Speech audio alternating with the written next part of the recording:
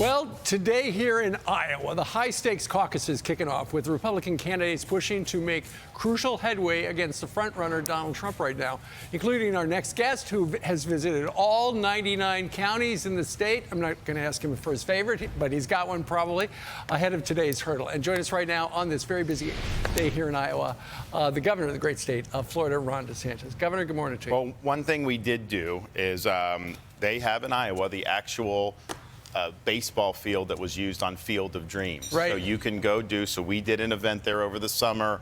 You got the corn for the outfield fence. I had all my kids there running the bases and doing everything. So, that's just something that I saw as a kid when that movie came out. And then to be there, you're there. And, you actually can rent the Kevin Costner house. I know. People can stay there. So it's a pretty neat thing. Well, and one of the lines from that, Governor, is Shoeless Joe Jackson comes out and says, "Is this heaven?" And Kevin Costner says, "No, it's Iowa." Somebody coming out today would go, "Is this heaven?" And they'll go, "No, this is the North Pole." Well, that's exactly right. My son, when we first started showing him the movie, he was with the corn, we're playing baseball, and he said, "Daddy, is this heaven?" I said, "No, son, it's Iowa." Now I asked him, I said, "Mason, is this heaven?" He's like, "No, Dad, it's Iowa, and it's cold," so they know. It is, and that's a problem.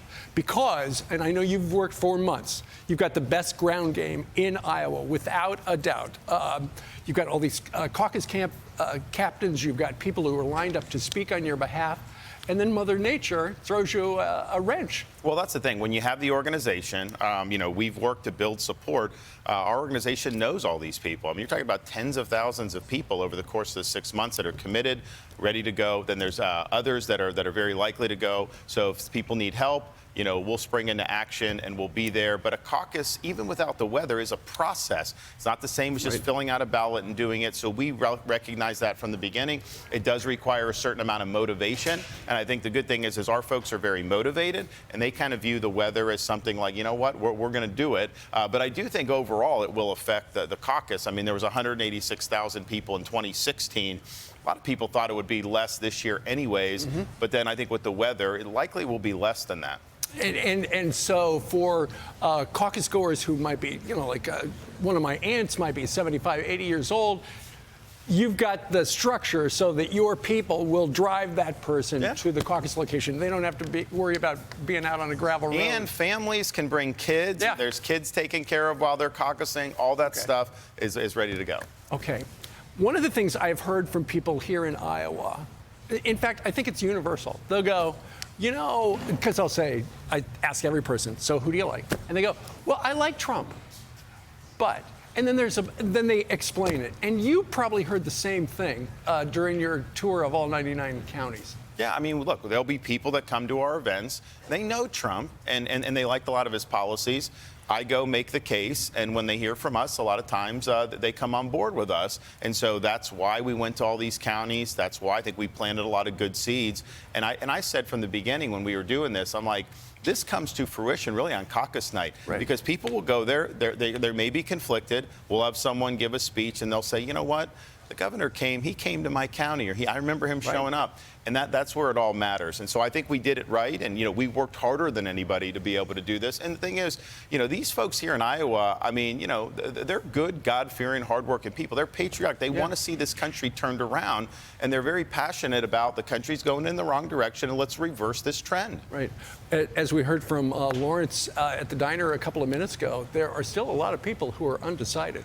And they're waiting to hear from you guys today. And thank you very much for being on our show, but also your surrogates at all these events as well. It's very important because they could make or break a campaign. You have people it's a process. You have people at these caucus sites that will be lobbying for votes. And so we've obviously organized all the sites. We have over 1,700 precinct captains that are there. And so you think if all of them end up flipping 3 or 4 votes at each, then that starts to be real significant. And we have that infrastructure in place. Obviously, Trump is a known commodity. Sure. I haven't seen that from any other candidate. I understand your campaign has, and you've heard from Republicans who have publicly endorsed Donald Trump. And they go, "Yeah, I did that, but I'm going to vote for you." Well, the thing is I think he puts a lot of pressure on these guys to do. It's like it's politics. You got to endorse happens. or else. And so some of them do that because they think it's a path of least resistance. But I think the reality is I'm endorsed by Governor Reynolds here, who's done a fantastic job. You know, Trump came in yesterday to Iowa and he started attacking Governor Reynolds. And here's the thing, even some of his strongest supporters, they appreciate what Governor Reynolds did. And so I think she's very popular. It's just, how do you do it? Like, for me, it's like, we're all Republicans. I want all Republicans to do well. There's a Republican governor that's endorsed another candidate, but they're doing well. I'm not going to trash them. I'm glad that they're doing it. I think every Republican should look at Governor Reynolds and say, you know what? Sure. She's getting the job done. And I think with Trump, that's not how he sees it. It's she didn't endorse him, so then he trashes her. But you can't build a movement like that. I mean, you've got to have, you know, a strong tent, and you got to have anyone that's pulling in the right direction. They need to be supported. So I'm glad that she's supporting me, and I think it's going to make a difference. I mean, you talk about these speeches at the caucus sites. You know, Governor Reynolds has said that I'm one of the most effective leaders she's ever seen, and that's going to matter for these folks. She loves what you've done in Florida. Let me ask you about this. Well, we know that the former president threw Vivek under the bus as well when he was hitting her as well. What does tonight look like? What is a win for Ron DeSantis? Look, I always like being the underdog. I mean, that's been true.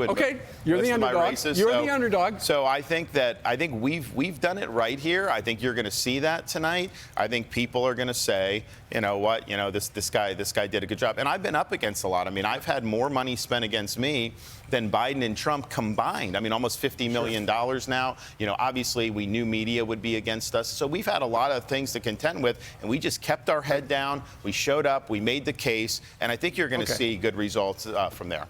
You're trying to get out the vote. I'll give you 20 seconds. Look right at the camera. Tell the people of Iowa why they should vote for you. Well, you know, Donald Trump's running for his issues. Nikki Haley's running for the donors' issues. I'm running for your issues, your family's issues, and solely to turn this country around. The only one that's delivered on 100% of his promises, and I'm the only one running who has beaten the Democrats and the left time and time again. We need to win again as Republicans. That's how you turn this country around. All right. Governor DeSantis, thank you very much. Appreciate it. I know you've got 300 places to go. Thank you very much. I'm Steve Ducey. I'm Brian Kilmeade. And I'm Ainsley Earhart. And click here to subscribe to the Fox News YouTube page to catch our hottest interviews and most compelling analysis.